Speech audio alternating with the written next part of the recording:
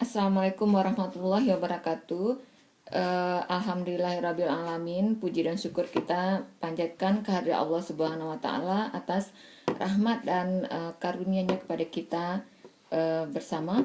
Kemudian salawat beriring salam kepada junjungan kita Nabi besar Muhammad SAW. Terima kasih atas kehadiran kita semuanya yang berniat untuk melaksanakan rapat pada hari ini. Tapi karena kondisi internet yang tidak bagus sehingga tidak bisa tersambung. Alhamdulillah, saya berupaya untuk mengirimkan video rekaman ke Indonesia tentang apa yang ingin disampaikan pada kesempatan rapat kali ini. Pertama, seperti yang sudah kita ketahui semua, kalau perjuangan kita di ACI kita benar-benar sangat serius ya untuk memajukan Indonesia kita.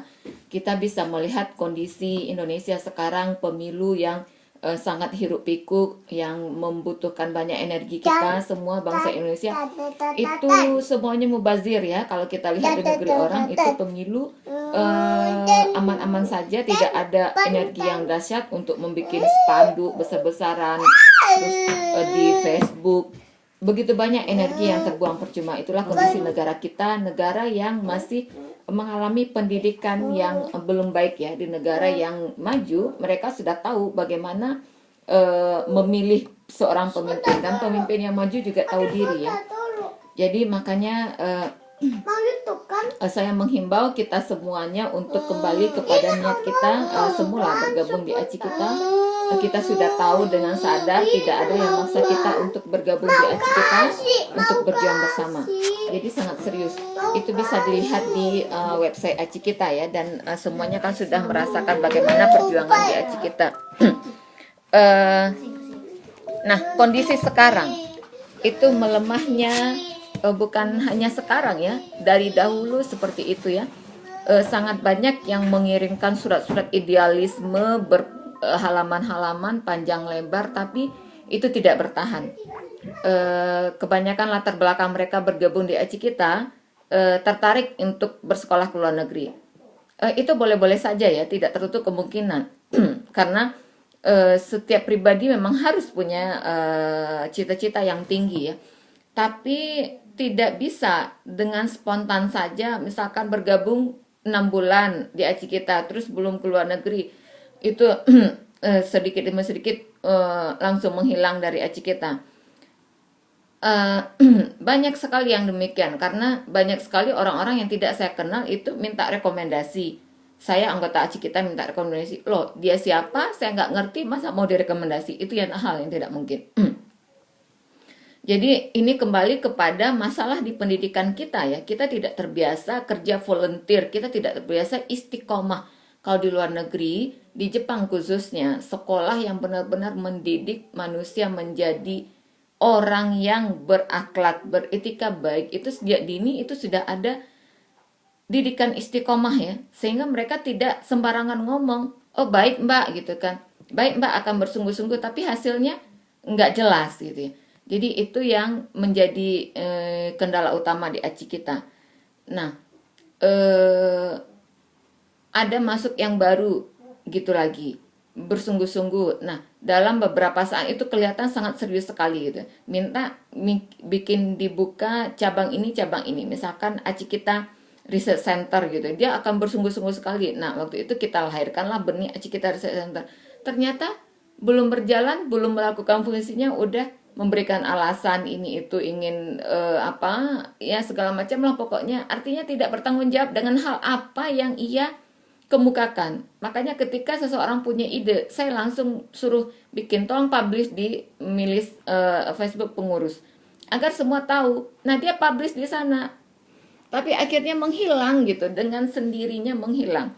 Ada lagi setelah mengikuti konferensi ACI kita, sudah tahu event konferensi, ikut event konferensi kemana-mana. Sebelumnya saya tidak pernah mbak, organisasi yang saya masukin itu saya tidak pernah tidak serius. Tapi buktinya itu dia menghilang, minta jabatan ini itu ya. Maksudnya coba bantu posting di dunia maya, dikerjakannya beberapa saat. Setelah itu ditanyain lagi, oh ini itu nenek sakit atau apalah macam-macam, pokoknya orang Indonesia lah. Udah puas deh pokoknya. Nah, terus ada lagi yang baru. Sepertinya benar-benar juga minta kepandainya ini, dibuka bidang ini, misalkan majalah. Ternyata enggak berjalan juga. Nah, itulah kondisinya. Tapi semuanya sudah terlanjur dibuka, majalah sudah dibuka, radio sudah dibuka, research center sudah dibuka. Itu kondisi di ACI kita.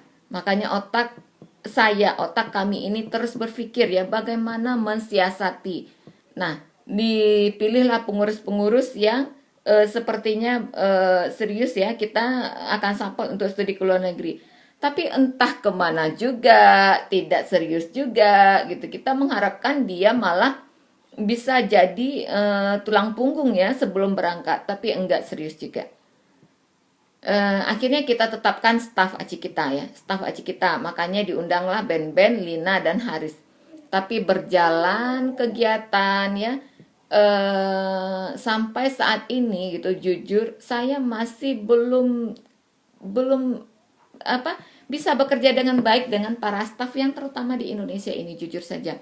Mungkin teman-teman Haris, Ben, Lina merasa sudah bekerja sangat maksimal. Tapi saya masih merasakan nilainya masih 30, 40, 50 paling tinggi.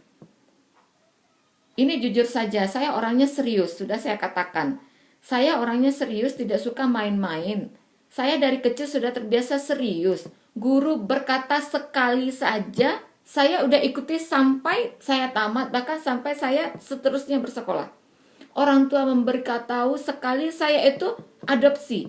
Di keluarga tidak boleh pacar-pacaran, itu aturan dalam keluarga kami, ayah ibu kami mengajarkan demikian. Saya malah tidak pernah. Jadi demikian seriusnya saya ya. Jadi makanya saya berkata dengan pelan-pelan, dengan baik-baik, dengan rapat pertama, berserius sungguh-sungguh di ACI kita, karena kita tidak banyak serius Mbak. Persyaratannya dibikin misalkan 1, setiap kerja semua harus disampaikan ke saya via halo. Setiap hari hal yang dikerjakan harus disampaikan kepada saya. Itu sudah disampaikan berulang kali ya. Tapi sampai saat ini entah berapa kali rapat online, via email, via perjanjian kerja, tidak pernah juga dilaksanakan dengan baik. Nah, ini contohnya ya. Kemudian, ini saya lagi rekam di sini. Kemudian dalam menanggapi email itu banyak yang tidak membaca dengan baik ya. Sehingga apa yang saya sampaikan itu tidak pernah sekali itu bisa langsung oke. Sekali, 2 kali, 3 kali dengan email tidak juga. Nah, terus ditelepon masih salah lagi.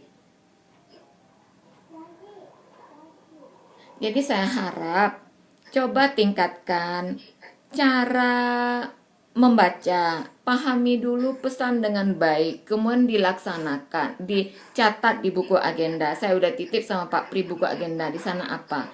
Atau di meja kerja, coba diketik apa. Terus juga manajemen waktu, saya berpikir, oh mungkin ini belum terbiasa dengan manajemen waktu.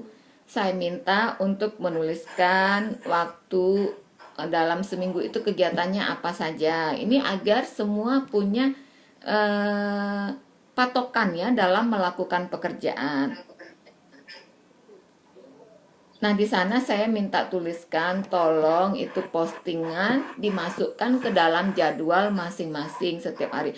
Postingan itu kita harus memposting pagi, siang, sore, atau malam ya. Tapi itu juga tidak berjalan dengan baik. Makanya kesimpulannya para staf yang ada sekarang itu nilainya masih 30, 40, dan 50 di mata saya ya. Walaupun sudah banyak staf, saya masih bergadang sampai 24 jam tidak tidur. Itu tanya dia sama Pak Pri yang melihat nyata saksinya gitu. Sampai Pak Pri bilang, ngapain sudah banyak yang dipekerjakan kalau Mami masih seperti ini. Masih banyak yang harus dipikirkan. Nah, itulah kendala kerja selama ini ya, kendala kerja selama ini.